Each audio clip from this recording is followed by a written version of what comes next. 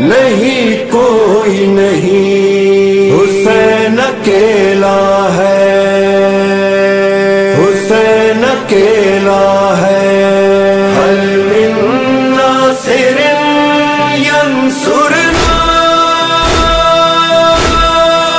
کوئی ہے، کوئی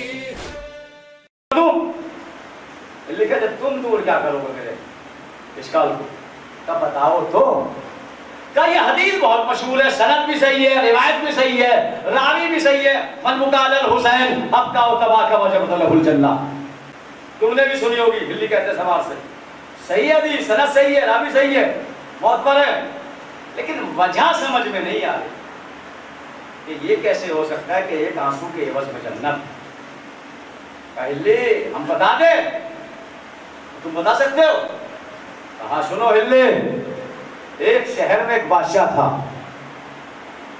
ایک روز بادشاہ اپنے لشکر کے ساتھ صحرا میں شکار کرنے کے لیے چلا، سامنے سے ایک ہرن دکھائی دیا، سپاہی اور وزیر اور بادشاہ سب ہرن کا پیچھا کرنے لگے، پیچھا کرتے کرتے ہرن ایک پہاڑی کے پیچھے جا کے غائب ہو گیا، اور ہم کو رات ہوگی، بادشاہ کو رات ہو گئی، اور لشکر بادشاہ سے بچھڑ گیا، جب لشکر بچھڑ گیا، وزیر بچھڑ گیا، ادھر رات شروع ہوئی تو بادشاہ پریشان ہوا کہ بھائی اب میرا کون سہارا ہے، میرا وزیر بھی مجھ سے بچھڑ گیا، میرا لشکر بھی مجھ سے بچھڑ گیا، رات سورج ڈوب چکا تھا، کہنے لگا میں صحرا میں کھڑا تھا، 2 قدم آگے چلا کہ کوئی ایسا مل جائے جو مجھے رات کو اما دے دے، کہتا ہے میں چند قدم آگے بڑھا تو میں نے دیکھا کہ ایک جھونپڑی میں ایک چراغ کے جلنے کی روشنی آ رہی،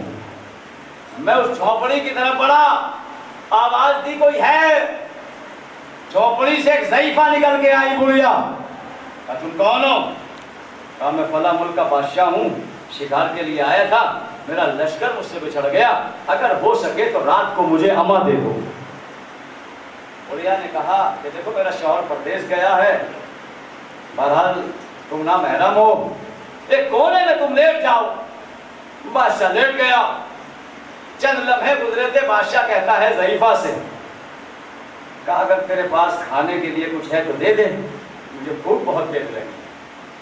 ضعیفہ کہتی ہے دیکھو میرے پاس کھانے کے لیے کچھ نہیں ہے، میرے پاس ہماری زندگی کا ایک اثاثہ ہے بکری، تم بکری کو ذبح کرو اور اس کے ٹکڑے کر کے مجھے دو، میں اس کا گوشت بھون کے تمہیں کھلا دوں گی۔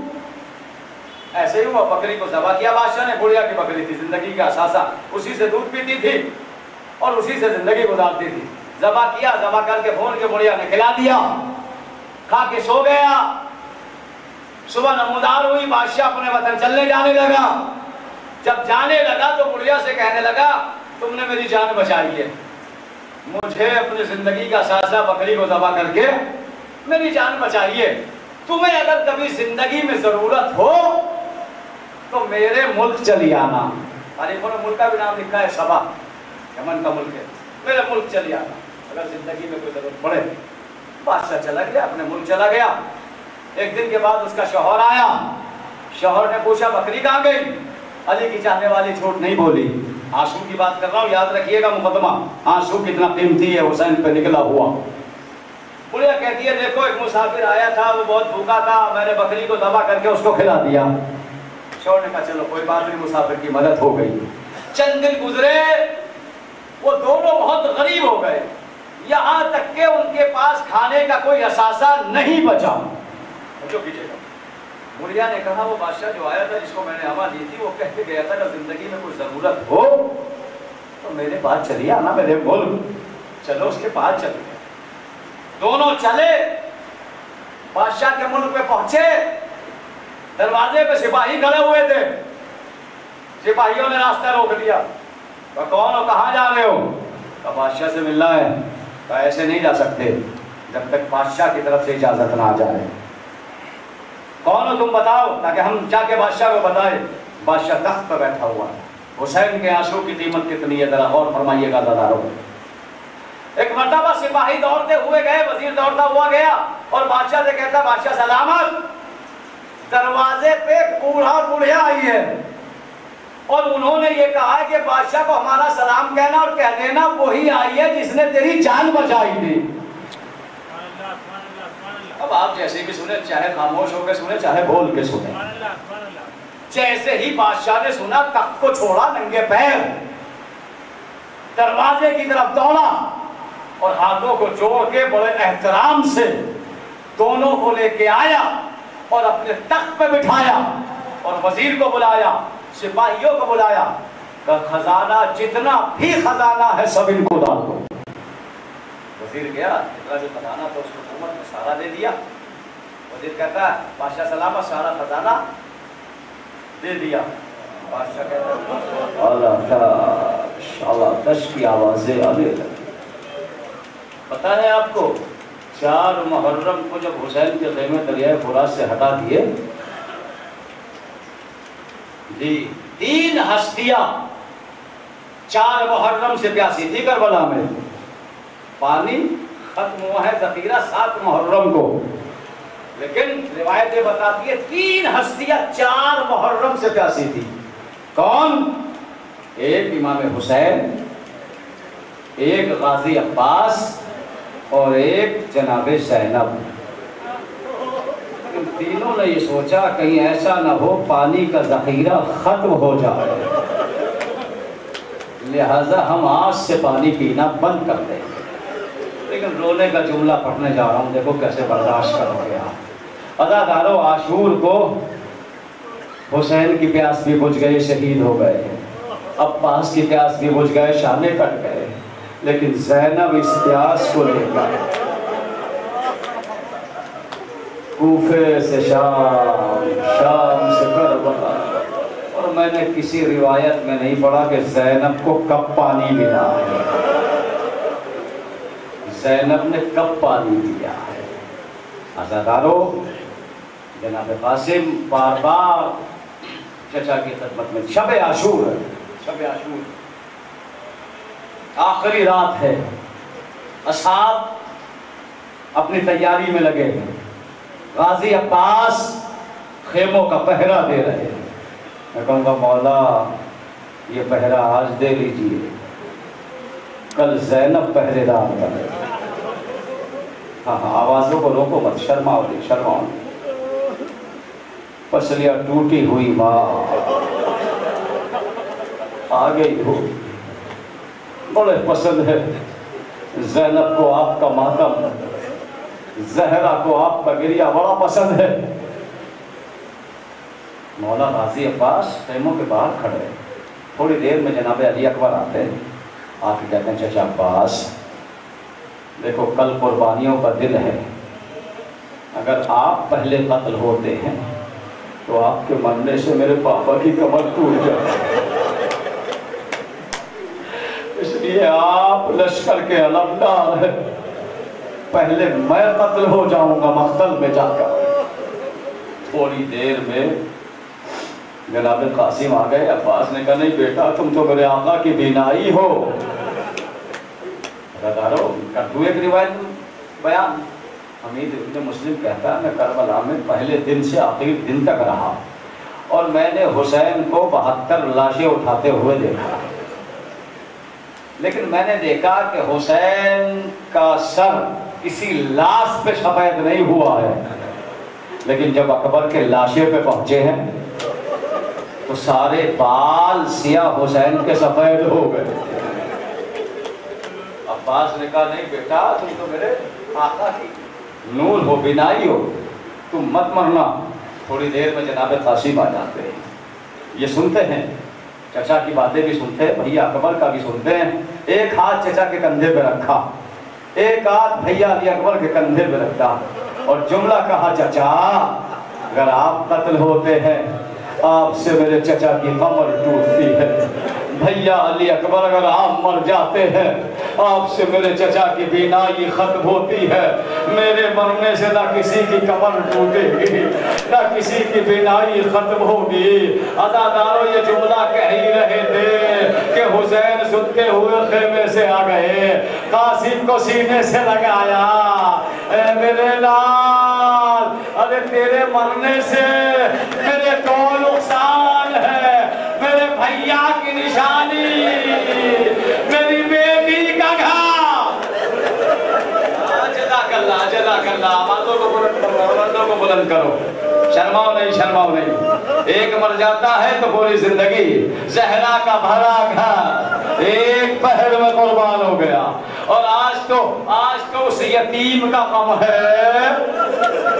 بیوہ کا سہارا جب باپ مر جاتا ہے، بیوہ کا سہارا کون ہوتا ہے دادارو؟ بیوہ کا سہارا وہ اولاد ہوتی ہے جو باپ چھوڑ کے جاتا ہے۔ آپ کو پتا ہے جب امام حسن کو 28 صفر کو زہر دے دیا گیا اور امام حسن کا کلیجہ ٹکڑے ہو گیا تو امام حسن نے بیٹے قاسم کو بلایا، گریبان کو چاک کیا اور چاک کر کے کہتے ہیں بیٹا جا میری بہنوں کو خبر کر دے۔ اب جو قاسم زینب کے سامنے پہنچا، گریبان کو چاک دیکھا، زینب سمجھ گئی میرا بھیا بڑا پریشان، زینب سمجھ گئی۔ ایک جملہ مجھے پڑھنا ہے، سارے مسائل نہیں پڑھنے۔ ام کلثوم زینب بھیا کے حجرے میں پہنچی، امام حسن کہتے ہیں ام فروا سے یہ کلیجے کے ٹکڑوں کو ہٹا لو، میری بہن آ رہی ہے، کہیں میری بہن دیکھ کے مر نہ جائے۔ عزادارو زینب پہنچی، بھیا سے لپٹ گئی۔ جب زینب بھی بہن کر رہی تھی، ام فروا جناب امام حسن علیہ السلام کے قدموں کے نیچے بیٹھی ہوئی رو رہی تھی، اور ایک جملہ ام فروا کی زبان سے نکلا، بیٹا قاسم اگر تو جوان ہوتا، امام حسن کی میت پہ جملہ نکلا ہے وہ جناب فروا کی زبان سے، بیٹا قاسم اگر تو جوان ہوتا تو تیرے بابا کی میت قبرستان سے بغیر دفنائے واپس نہ آتی۔ عزادارو قیامت آ گئی، غازی عباس نے جملہ سنا، حجرے میں پہنچے، تلوار کو لیا، زینب کی نظر پڑی، ارے بھیا حسین، عباس کو جلال آ گیا۔ پہنچے ہاتھوں کو جوڑے ہوئے، بھابی ام فروا عباس کی زندگی میں ایسا مت کہنا، اس لیے عباس کو اجازت اگر مل جائے ابھی آقا کے قاتلوں کو قتل کر دوں۔ چھوڑ دیے میں نے سارے مسائل عزادارو۔ بیوہ کا سہارا کون ہوتا ہے؟ یتیم جب قربانیوں کا وقت آیا، بار بار جناب قاسم چچا کی خدمت میں جاتے ہیں، چچا مرنے کی اجازت دیجیے۔ حسین کلیجہ پکڑ لیتے، تو میرے بھیا کی نشانی ہے۔ ادھر فروا سوال کرتی ہے بیٹا اجازت نہیں ملی؟ کہا نہیں اماں، چچا مرنے کی اجازت نہیں دیتے۔ عزادارو ماں اور بیٹے خیمے میں بیٹھے ہوئے تھے، فروا کو یاد آیا کہ جب قاسم کا باپ حسن دنیا سے گیا تو ایک تعویذ قاسم کے بازو پہ باندھا تھا، آستین کو اوپر کیا، تعویذ کو کھولا، عزادارو تعویذ لے کے قاسم چچا کی خدمت میں پہنچے۔ آپ روئیے گا انشاءاللہ، اس لیے کہ سیدہ رونے کے لیے، آنسو لینے کے لیے آ جاتے ہیں، آج تو قاسم کا پرسہ دینا ہے۔ عزادارو ہاں روایتیں بتاتی ہے شادی نہیں ہوئی لیکن مولا نے عقد پڑھا، جب خط بھائی کے ہاتھوں میں پہنچا، امام حسین نے بھائی کی تحریر کو چوما، آنکھوں سے لگایا، کیا لکھا تھا امام حسن نے؟ بھیا حسین جب کربلا میں قربانیاں پیش کرنے لگے، میں تو نہ رہوں گا، میری جانب سے میرے بیٹے کی قربانی کو قبول کر لے۔ حسین بھائی کا جملہ پڑھ کے بہت دیر تک روئے اور پھر بھیا کی وصیت پہ عمل کیا، عقد پڑھایا گیا۔ عزادارو کیوں پڑھایا گیا میں بتاؤں، علامہ نقل صاحب نے بھی اس روایت کو لکھا ہے۔ کیوں پڑھایا؟ اس لیے کہ کربلا میں سارے رشتے تھے، کربلا میں سارے رشتے جمع تھے، ایک رشتہ ایسا تھا جو داماد کا رشتہ نہیں تھا، اس لیے کہ کل محشر کے میدان میں کوئی سوال کر دیتا کہ داماد کا غم کیسا ہوتا ہے، حسین کیا جانے، اسی لیے حسین نے عقد پڑھا دیا۔ عزادارو جب عقد پڑھا دیا، اور روایت بتاتی ہے کہ امام حسن نے جناب قاسم کو کبھی وزنی لباس نہیں پہنایا، ہلکا لباس پہناتے تھے، اتنا نازک بدن بچہ تھا۔ اجازت دی، سر پکڑ کے بیٹھ گئے۔ امام جناب قاسم اماں کے خیمے میں پہنچے، اماں مبارک ہو، اجازت مل گئی۔ ام فرورو کے کہتی ہے بیٹا قاسم ماں کی عزت رکھ لینا۔ جناب قاسم در خیمہ پہ آئے، 13 سال کا بچہ ہے۔ حسین نے سوار کرنا چاہا لیکن ایک لمحے کے لیے رک گئے، قاسم کے گریبان کو چاٹ کیا۔ کیوں کیا؟ سنیے، آپ کے بھی ذہن مستشر ہوں گے۔ گریبان کو چاٹ کیا، قاضی عباس دیکھ رہے تھے، پوچھا آقا گریبان کو چاٹ کرنے کا کیا مطلب ہے؟ عباس مجھے پتا ہے، جس کا گریبان چاک ہوتا ہے اسے عرب یتیم سمجھتا ہے۔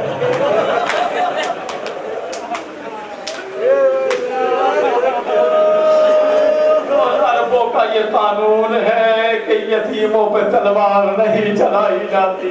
ہو سکتا ہے میرے قاسم کو دیکھ کے میدان میں کچھ رحم آ جائے۔ عزادارو جناب قاسم گھوڑے پہ سوار ہوئے، مقتل کی طرف چلے۔ حسین کی کیفیت بدل گئی، بارگاہ خدا میں ہاتھوں کو اٹھایا، اے میرے اللہ حسین غریب ہو گیا۔ آوازوں کو بلند کرو، ابھی شب یہ قاسم آئے گی میں۔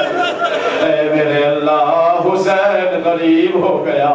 عزادارو جناب قاسم میدان جنگ میں پہنچے، اپنا تعلق کرایا، تعلق کرا کے حملہ کیا۔ عمر سعد سے کہا کہ میں حسن کا بیٹا ہوں۔ عزادارو حملے پہ حملہ کرتے جا رہے تھے، نہ جانے کتنے ظالموں کو واصل جہنم کیا۔ اچانک جناب قاسم کی جوتی کا تسمہ ٹوٹا، حسن کا بیٹا تسمہ باندھنے کے لیے جھکا۔ عزادارو ایک بہت بڑا لوہے کا گوشت شکی نے جناب قاسم کے سر پہ مارا، قاسم کا سر تو بالا ہو گیا۔ عزادارو جیسے ہی قاسم نے آواز دی، ادرکنی یا چچا، اے چچا میری مدد کو آئیے۔ ادھر سے عباس چلے، ادھر سے حسین چلے۔ عزادارو حسین کے خوف سے لشکر میں بھگدڑ مچ گئی۔ ارے ادھر کا لشکر ادھر، ادھر کا لشکر ادھر، لاش قاسم پامال ہو رہی ہے۔ حسین کھڑے ہوئے دیکھ رہے ہیں، ارے رو رو کے کہتے ہیں بیٹا قاسم مجھے معاف کر دینا، آنے میں دیر ہو گئی۔ ارے لاش قاسم پامال ہو گیا، ٹکڑوں میں تقسیم ہو گیا۔ عزادارو ارے جب بھی گھوڑے کے سنگوں بنتے تھے، اتنا کم سنتا حسن کا بیٹا آواز دے کے کہتا تھا اماں، اے اماں تیرا قاسم پامال ہو رہا ہے۔ کبھی صبح چھاتی پہ پڑے، کبھی ہاتھوں پہ پڑے، کبھی قدموں پہ پڑے۔ عزادارو ارے جب لشکر بھاگ گیا، حسین مقتل میں پہنچے،